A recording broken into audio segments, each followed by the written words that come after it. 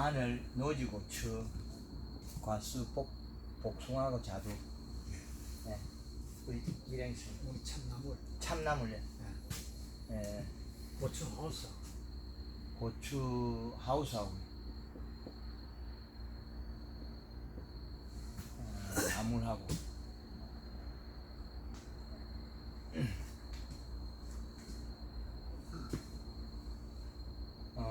요부터 먼저 잘라서 강의를 하면 마늘하고 마늘, 고추, 나물 요로 나누거든요. 나물은 잎을만 잘라 파는 거잖아요. 그렇지. 예, 잎만 잘라 파는 게 이 나물이고, 네. 그 다음에 이제 마늘도 다음에 구가 만들어져야 되고, 고추는 계속 잎이 자라면서 해야 되는데, 이렇게 보면 이 종들이 그 잎 두께가 달라요. 우리가 자세히 보면 마늘을 마지막에 걔를 크게 영양을 오래 가도록 만들려면 잎이 두껍고 크게 돼 있죠. 그럼 얘는 비료량의 이 시량, 근본적인 그 비료량이 배제해야 된다는 거, 가지되어야 된다는 거. 기본값이 이 시를 모른다면 전작기의 작물을 보면 알아요. 그냥 뒀을 때는 그 전종의 작물이 작기에 그 풀이나 이런 많이 안 자랐을 때 로타리 계속 살아있어요, 비료량이. 근데 덜깨나 창깨나 심으고 나면 이건 없어요, 비료. 옥수수 심어도 없나요? 없죠. 비료는 없는데 유기물로 바퀴가 비료가 있어, 형태가 바퀴가 있을 뿐이지 비료 측정에서 비료는 낮아집니다, 측정값이. 근데 퇴비가 우리 유기물 퇴비가 보약이다. 보약은 맞으나 그 함량이 측정이 안 된다는 거죠. 근데 바로 생산된 우리가 우분이나 돈분이나 이런 것들은 그 측정이 일부가 되죠. 근데 우리 유기물을 갖다가 순수한 풀을 베거나 이랬을 때는 측정이 잘 안 된다는 거죠. 그래서 이제 전작기를 몇 회 이시를 두고 마늘 심는 밭을 조성할 거냐는 거죠.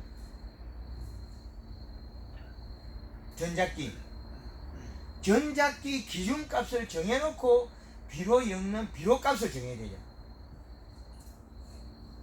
그럼 마늘의 비료값을 어떻게 정하냐면, 전작기의 작물을 재배했을 때는 0.5 이하로 남아있어요. 걔가 잘 안 자라요. 자라다가 그 땅심 좋다 하는데 그건 조금 더 자라고 있죠. 거기만 조금 남아있지 자라다가 멈추는데 그거는 없어요. 이해됩니까 이제? 그럼 우리는 앞에 전작기에 농사 짓을 때 비료가 남아있을 거라 생각했는데, 근데 우리는 보통 보면 그 뒤에 이렇게 검게 자라다가 없어지거든요. 그래 보면 이 비료가 없어졌다는 거예요. 없다는 거예요. 전작기에 마늘에서 풀을 심었거나 뭐 수단그라스나 뭐 다른 그 녹비식물을 심었을 때 마늘에 재배한 비료량은 없다고 봐요. 측정치 아주 낮은 치가 나온다는 거죠. 그럼 0.5 이하가 수치로 떨어져 있다. 그럼 0.5 수치 이하라면 얼마를 더 이제 우리가 할 거냐는 거죠. 이 비료량. 그러면 작물을 우리가 일반적으로 재배했다고 보고 이 작물값의 비료량을 빼고 비료 공급해야 되겠죠. 작물이 재배됐을 때. 그러면 이 마늘의 비료값이 0.3 이하인데 0.3을 두고 계산하면 거의 맞다는 거죠. 0.5도 안 될 거예요. 안동 사과밭에 거의 대다수가 0.3, 0.5예요. 뭐 퇴비적으로 좀 한다는 거죠. 그래도 요거밖에 안 나와요. 그럼 우리가 전작기에 작물을 심었다라면 0.3 이하의 이시값을 가지고 있어요, 비료량. 근데 다비성 작물을 심었다면 고추라든지 저런 오이를 심어서 비료를 많이 줬다면 달라요. 근데 우리가 뭐 참깨라든지 뭐 들깨라든지 뭐 콩이라든지 이런 걸 재배했다면 비료량이 낮아요. 다른 경우는 측정해야 될 것이고, 그냥 우리가 뭐 콩이나 들깨나 참깨 이런 종류를 보고 0.3이나 0.5로 보자는 거죠. 이시량. 0.5로 봤을 때 마늘이 상하지 않고 자라는 이시량이 얼마냐면 비료량. 그러면 이 비료량을 왜 계산하냐면 토양 조성이라는 거죠. 심기 전에 토양의 비료 함량 이렇게 계산하면 그 100평에 비료 복합 비료가 그 0.8의 이시량이라는 거죠. 200평에 복합 비료 한 포는 1.6이라는 게 나오죠. 0.4가 나와요. 0.4가 나오고 0.4가 나오고 그 다음에 50평에 한 포는 1.6이 나와요. 이 시값 달라졌죠. 이제 우리가 이 말은 결국에는 그 100평에 한 포의 기준은 0.08일 때문에 우리가 이 시량을 가져갈 때 50평에 한 포 정도여서 100평이라는 두 포를 해야 되고 200평이라는 네 포를 해야 되는 거예요. 여기 50평에는 한 포를 해야 되고 그 다음에 여기는 두 포를 해야 되고 여기는 네 포를 해야 된다는 거죠. 50평에는 복합비료 한 포. 그럼 이 시값이 1.6이죠. 여기다가 단 한 번에 넣으면 좀 비료가 또 나와요. 그럼 단 한 번에는 지금 안 녹으니까 얘도 다시 봄에 일어날 일, 가을에도 일부 녹아 나와요. 그 이시량 1.6이라는 거죠. 그럼 여기도 손실되고 여기 줄어들고 그 다음에 내년 봄에 이 이시량이 2.4 정도 나와야 되겠죠.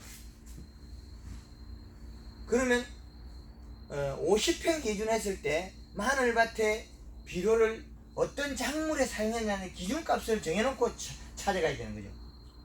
그 100평일 때는 두 포를 해야 되고 단 한 번에도 봄에 먹으라고 이 단 한 번에를 갖다가 한 포를 넣은 거고 100평에도 단 한 번에를 봄에 먹으라고 가을에도 일부 먹지만은 1.6의 이시가 되도록 두 포를 써야 돼요. 이것도 단 한 번에도 두 포, 이거 두 포 총 네 포가 들어가 있죠. 그래 됐을 때 이것도 역시 2.4가 나와요. 그러면 여기에도 복합 비료를 이 양을 썼을 때 단 한 번을 또 넣고 했을 때 1.6으로 봤을 때 2.4가 나온다. 이렇게 이 시를 맞춰도 마늘이 자라면서 또 소멸되고 없어진다는 거예요. 먹으니까. 그래서 완숙 비료를 그래서 쓰시는 복합 비료예요. 그러니까 완숙 천천히 녹는 거를 완화성 비료죠. 완숙. 그러면 이 계산상으로 계산한다면 내포 200평이 8포 들어갔죠. 200평에 8포. 그러면 마늘의 최고 비료량을 어디까지 가지고 갈 수 있냐면 260kg까지 가지고 갈 수 있어요. 200평에 260kg. 그 다음에 100평에는 4포를 써서 160kg, 130kg, 총 130kg, 8포, 280, 160kg, 260kg. 그럼 여기도 4포를 썼기 때문에 다음에 더 써서 해야 될 게 총 13포, 130kg. 130kg의 비료를 더 쓸 수 있는데 지금 쓴 양은 4포면 80kg 썼기 때문에 50kg를 더 써야 되는 50kg 130kg 만들려면 여기에다가 다시 그 80kg에 50kg 되려고 하면 두 포 반 2.5포의 비료량을 더해야 되는데 어떻게 이렇게 하냐면 비료량은 100평에 웃비료로 쓰는 거. 그렇죠. 근데 웃비로 엮는 게 마늘 구멍이 작아 엮기 어려워요. 그럼 이 공간에서 깊이의 공간에서 더 찾아야 돼. 미리 준다. 그렇죠. 깊이 양을 더 늘리면 이게 또 달라진다는 거예요. 이 양이. 그러면 소모가 될 거 아니에요. 그 소모된 건 없어요. 땅속에 있어요. 복합을 또 하는 거지. 예. 그런데 여기 복합 비료를 여기에 100평에 두 포를 쓰지 말고 복합 두 포에 요소를 한 개 집어넣으면 이 시가 또 달라 바뀌어요. 가을 성장물이 만나는. 그럼 여기에다가 요소를 한 포를 더 늘려버리면 이 전체가 바뀌어요. 여기 5포가 되겠죠. 그러면 다음에 한 포 반만 들어가면 되겠죠. 이게 예, 그렇죠. 장애 없으시기에 바뀌어요.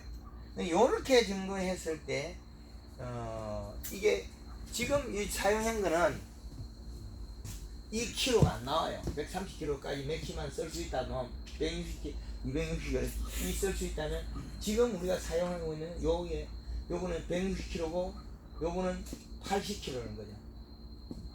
그러면 이 기준값에서 비료가 쓸 수 있는 공간적으로 보면 우리가 많이였다 싶어도 많이 부족하죠. 그러니까 우리가 기존에 지금 넣고 있는 거는 너무 비료량이 적은 거네, 그러니까. 그렇죠. 이 시량에서 마늘이 죽으려면 그 뿌리에서 비료를 흡수를 못하고 그 가령 염도가 높아서 짧아서 뱉어내려고 하면 3.0 이상이 돼야 되는데 이렇게 이 시량이 나오잖아요. 이 시량 2.4밖에 안 돼요. 여기로 더 올릴 수 있거든요. 공간이 더 남았잖아요. 아직까지. 기비를 12포 넣으면 240kg 들어가고 120kg 들어가요. 여기 한 포씩 늘리고 여기 한 포 늘리고 두 개를 늘리 나가면 결국에는 그 양이 늘어나면 결국엔 100평에 120kg까지 가능하다. 비료량을 상당히 많이 쓰는 거예요. 기존 값을 정해놓고 하잖아요. 그러니까. 그런데 기존 이시 값이 있다면 그 양을 줄이겠는데 기본 이시가 낮다고 생각했을 때 그렇게 들어가요. 아까 0.4에서 0.5를 합하면 여기 이렇게 되겠죠. 두 개 여기다 0.4에서 0.5를 합하면 2.9나 2.8이 되겠죠. 2.7. 그럼 이시 값이 맞다는 거예요. 최고치. 완전 그 정도 생각. 그렇죠. 기본값을 합하면 맞아지는 거예요. 근데 기본값을 합하면 1.6에다가 기본값을 합한다고 높아지진 않아요. 여기에다가 3은 1.9밖에 안 되잖아요.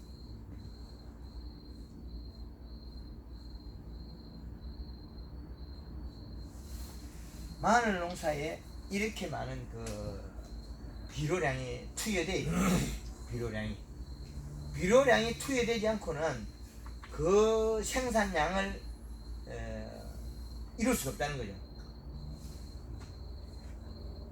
이시값이라는 거죠. 요즘 양액 재배는 정말 정밀하게 하잖아요. 스마트팜 휴대폰으로 다 조작을 해도 식물이 된다 그러니까 옛날에 우리가 이야기하던 뭐 태비가 보약이다 뭐 어떤 뭐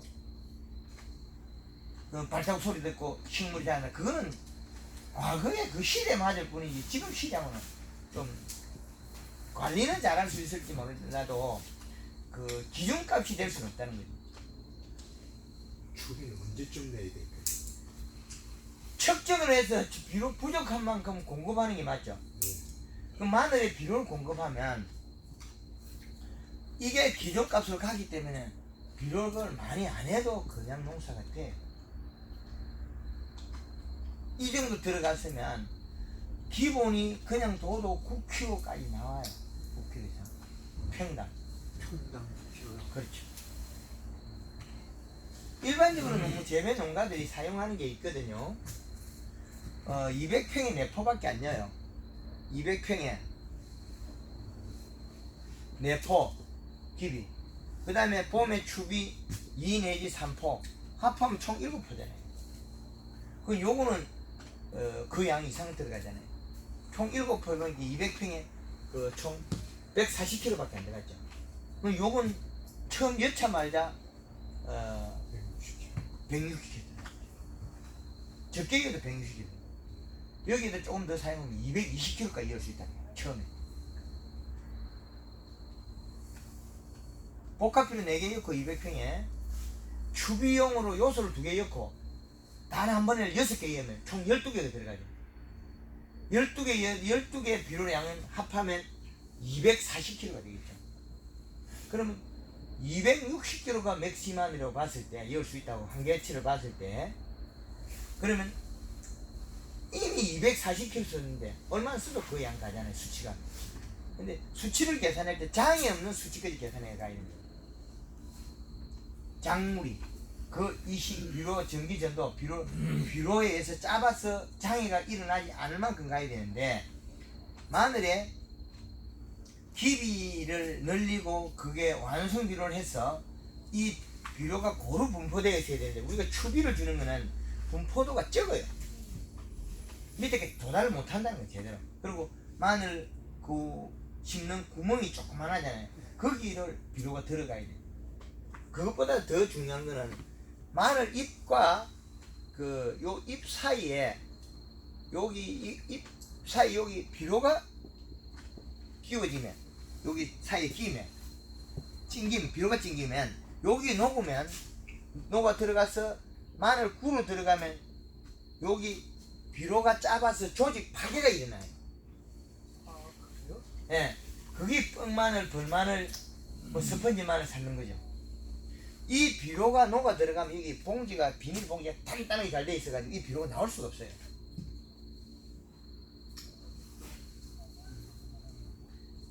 그 비료가 잎사귀에 들어간 걸 떼내야 되거든요.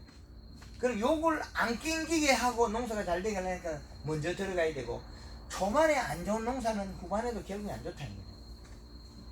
그래서 마늘에 농사를 근본적으로 잘 지으려면 기존 값의 비료량을 많이 유지해야 된다는 거죠. 그죠? 그럼 기비로다가 사용하는 게 좋다는 얘기는 했고요. 그렇죠. 완효성이 있다면 이어서 안 녹게 만들어가 다음에 녹게 나는 거예요. 근데 저희가 얘기 듣기로는 뭐 복합 같은 거 누가 3개월도 못 간다고 그러잖아요. 근데 복합 비료는 속효성이 돼가지고 빨리 녹아요. 네. 단 한 번에가 뒤에 녹을 뿐이지. 근데 복합 같은 경우는 3개월이 못 가니까 겨울 나기도 전에 벌써 떨어진다는 그렇지. 얘기잖아요. 요 4개의 복합 비료는 봄에 그 요소 2개까지 이어도 이 시량이 0.6에서 0.8밖에 안 나와요. 요소는 얼마나 가요? 요소부터 얼마 못 가요. 속효성이 되고 얼마 못 가요. 질소가 40% 요소 속에서 암모니아트에서 질산태로 바뀌면 30%도 비싼 애들 없어져 그래요. 그럼 단 한 번 비료를 더 많이 써야 된다는 얘기예요? 그 제주도에는 그 단 한 번에는 150평에 10포를 써요. 한지형이나 난지형이 또 달라요. 난지형은 그나마 복합 비료를 우리가 일반적으로 속효성 복합 비료를 쓰지만은 한지형 같은 경우는 가을에 별로 안 자라잖아요. 그러면 이건 비료가 들어가도 먹지도 않을 건데, 그죠? 아주 애매하다고. 그래서 난지형 같은 경우에는 그냥 질소 인산가리가 많이 들어있어서 가을 자랄 거니까, 한지형 같은 경우에는 이거 뭐 겨울에 순도 나오지 않고 그 땅 밑에만 자라고 있거든요. 안 빠지 나오려고 땅 밑에 뿌리 뻗치고 있대. 지상부가 없다는 경우에는 흡수를 거의 안 한다는 소리거든요. 구조상, 몸 구조상. 그러면 한지형을 마늘 이렇게 컸다만 크게 키우려고 어렵다는 거죠. 작기가 너무 짧으니까 몸통이 커져 있어야 되는데 떼궁이 굵어져 있어야 되는데, 가을에 안 태어났으니까 떼궁 굵기가 없잖아요. 그럼 봄에 그 짧은 시간 다 하려면 그 땅 속에 많이 있어야 된다. 땅 속에 봄에 이 시량이 높아야 되는데 그 이 시량을 뭘로 높일 거냐는 거죠. 질소함량. 그 다른 문제죠. 그 우리가 기본적으로 그 50평에 한 포씩 쓰고 200평에 복합비료 4개를 넣고 200평에 복합비료를 4포를 넣고 요소를 2포를 넣으면 이게 이 시값이 봄에 마늘이 먹고 나면 0.6에서 0.8밖에 없어요. 이걸 이 시가를 어떻게 끌어올리겠냐. 너무 양이 부족하다. 이 창녕 노정열 대표가 일어난 일이거든. 그럼 이 시가 봄에 되면 나와야 되는데 나오려고 하면 단 한 번에가 다시 차지하고 있어야 돼요. 단 한 번에가 여기에서 1.6이 보완을 해보면 이 이시값에서 내포가 들어있으면 1.6이거든요. 여기도 1.6을 더하고 여기에도 1.6을 더하면 어떻게 되냐는 거죠. 2.2가 되겠죠. 이거는 2.4가 되겠죠. 자, 요 이시라는 계산이 그죠? 그러면 가을에 기비가 얼마 들어갔냐면 200평에 복합 4개 요소 2개 들어갔을 때 이시 나오는 게 0.6에서 0.8. 그 다음에 단 한 번에 4개 들어갔을 때 1.6의 이시가 나온다고 봤을 때 봄에 초봄에 나타나는 이시량은 2.2에서 2.4가 나온다. 그러면 이렇게 이시 나왔을 때 우리가 좀 자라고 있을 때 척지가서 또 밀어줘야 또 줘야 돼. 그죠? 그 이시값이 낮으면 결국엔 우리는 그 생산 감소로 봅니다. 그런데 이 비료 줬다고 비료 잘 먹느냐면 그건 결코 아니에요. 지상부 잎이 얼마나 두꺼우냐에 따라서 바뀌어요. 요건 청도에서 이웃집에는 비료를 하고 1.8 1주, 2주, 그 3주간 1.8이 변함이 없어요. 근데 우리 한금원 농법에는 이시를 올리면 잎이 두꺼워가 빨리 비료를 다 먹어버려요. 토양에 있는 비료를 금방금방 먹어 소화시켜요. 그 몸 성질이 큰다는 거죠. 그건 역시 한지도 마찬가지예요. 마찬가지. 근데 비료를 줬을 때 비가 많이 오면 괜찮은데 비가 적게 올해처럼 비가 적게 오면 요 비료가 녹아가지고 여기 가서 조직 파괴가 일어나고 마늘이 그 불량된 거 불량이 많이 생기죠. 그 원인이 주된 원인이 잎사귀 끼워진 비료가 녹아서 타고 들어가서 조직 파괴가 일어나더라는 거죠. 그래서 마늘에 여기 비료가 낑긴 걸 끼워진 걸 갖다가 바람으로 그 비료 살폭에 바람을 불어내든지 물로 과분무기에서 물조를 해서 씻어내든지 드러내지 않으면 얘는 장애 요인이 된다는 거예요. 그 요소를 추비했을 때 비가 많이 올 때 뿌리면 녹아 나가겠죠.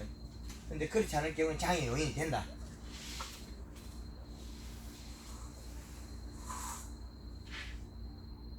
다른 양파 같은 경우에는 이게 잎이 난 자리가 딱 잡고 있기 때문에 비료가 안 낑겨요. 장이 없죠. 근데 요 마늘이 그런다는 거죠. 다른 작물들은 옥수수도 역시 마찬가지예요. 옥수수 수수 같은 거 옥수수 밭에 이렇게 비료를 빨리 뿌리면 잘못이 조금 크다가 녹아보고 안 커요. 왜 그래? 요 잎에 비료 끼워진 비료가 안에 여기에 있는 생장점이 파괴됐다는 거예요. 마늘은 생장점이 여기서는 자라고 있지만 근원은 여기 있어요. 안에 있어요. 여기서는 올라왔을 뿐이고 요 생장점이 여기 있어요. 달라요. 요건 요리요리 자라기 때문에 우리는 여기서 잎이 나올 때 여기 생장점이 아니라 여기라뇨. 아래쪽에. 그럼 여기 관이 요렇게 기형되어 있어. 잎이 요를 싸고 감싸고 있으니까 안에 비료가 배이 들어가요. 근데 이 부분이 제대로 명확하게 정립이 안 됐기 때문에 뭐 3월 말 이후에는 비료를 하지 마라 뭐 해라 사는 그 말이 많은데 그 이야기를 다 해석을 하면 이렇게 분류가 되는 거죠. 그러면 비료를 줘도 괜찮다는 거죠. 바람으로 틀어버리거나 뭐 비 오는 날 요소를 뿌리면 쉽게 나가니까. 그리고 몰골, 흙골에 관리기로 비닐을 흙을 채올리고 난 다음에 그럼 여기다 흙이 끼우지가 있겠죠. 예. 그때 비료를 뿌려도 괜찮아요. 여기 비료가 안 낑기죠. 다 떨리지. 그죠? 여기 흙이 다 끼우 관리기가 흙을 채올려놨으니까 흙 채올리고 난 뒤에 비료 뿌리면 괜찮죠. 이래 이실 높이 나오면 뒤에 그때 그것만 해도 괜찮다는 거예요. 그리고 놀골에 비료 뿌리는 건 또 문제가 없잖아요. 뒤에 없어지면 그 흙골에 고추에 흙골에 비료 뿌리가 빠이 들어가는 것처럼 해도 된다는 거예요. 그럼 뻥을 막을 수 있다는 거죠. 마늘은 요 정도 해도 되겠습니까? 네, 하여튼 이게 한 번에 다 알 수는 없어도 이 기본값은 비료 한 포가 100평에 한 포가 0.8이라는 거 수치 0.8 이 수치에 대한 거는 기본값을 가져가는 게 좋다는 거죠. 50평에 한 포는 1.6, 200평에 한 포는 0.4 기본값. 여기에서 어느 작물이든지 대입을 하자. 근데 하우스에서는 이거하고는 또 달라요. 하우스에서 100평에 1kg가 0.08이고 그건 또 달라요. 녹이가 있기 때문에 수치가 다릅니다. 근데 이 수치를 사용하더라도 기본값을 제가 잡는 건 좀 낮게 잡아줍니다. 혹시라도 다른 장애가 일어날까 싶어서 기본값을 낮게 잡아줘요. 최고 높은 수치를 안 잡아줍니다. 왜 최고 높은 수치를 안 잡아주냐면 이게 혹시라도 우리가 농가에서 자칫 잘못해 실수를 해가지고 그 장애 요인이 될 수 있기 때문에 비가 안 와도 또 그런 강수량 부족으로 해서 이 시값이 높아지기도 해요. 비료값이. 예, 마늘을 이제 떼내고 아니 저것 좀 봄에 어떤 식으로 어떻게 추비는 측정을 해가지고 비료 주시라는 거예요. 측정값이. 추비를 하되 측정을 해가지고 주라는 거예요. 그러면 이 아까 이야기한 것처럼 200평을 기준을 잡았을 때 비료가 복합 비료가 4개, 요소가 2개. 그러면 봄에 이 시가 0.6에서 0.8. 그 다음에 봄에 추비가 들어가야 되겠죠. 이렇게 돼버리니까 이 추비를 하기 위해서 기비로 단 한 번에 넣었다는 거죠. 단 한 번에를 4포를 넣었다면 요거는 이 시가 1.6이 되니까 비료값이 1.6을 넣었을 때 내년 봄에 저절로 2.2에서 2.4의 이 시가 나온다는 거예요. 그러면 기본값이 심을 때 200평에 이 시가 많이 함유 안 하고 있다고 봤을 때 복합비료 4개, 요소 2개, 단 한 번에 4개 이러면 그게 가을에 이 시는 요게 올라가는 게 1.6에 여기다가 8을 더하면 2.4까지 총 이게 2.4까지 나와요. 가을에 이 시량이. 가을에 요렇게 요거는 봄에 나타나는 현상이고 봄이고 요거는 가을에는 2.4까지 이 시가 나와요. 요렇게 하면 요 양을 넣으면 이 양은 이 시는 2.4까지 나온다. 여기에다가 총 6개를 이었는데다가 또 단 한 번에는 4개를 더하면 총 10개가 들어가요.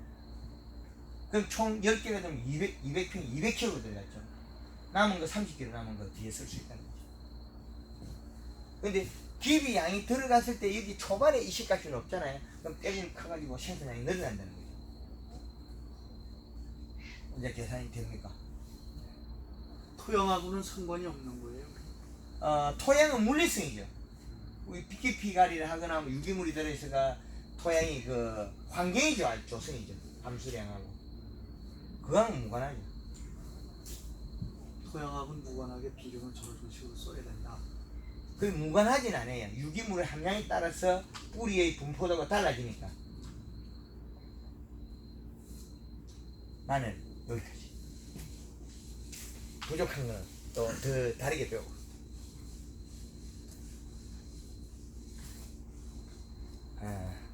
한 달락 해가지고 편리하도록 합시다.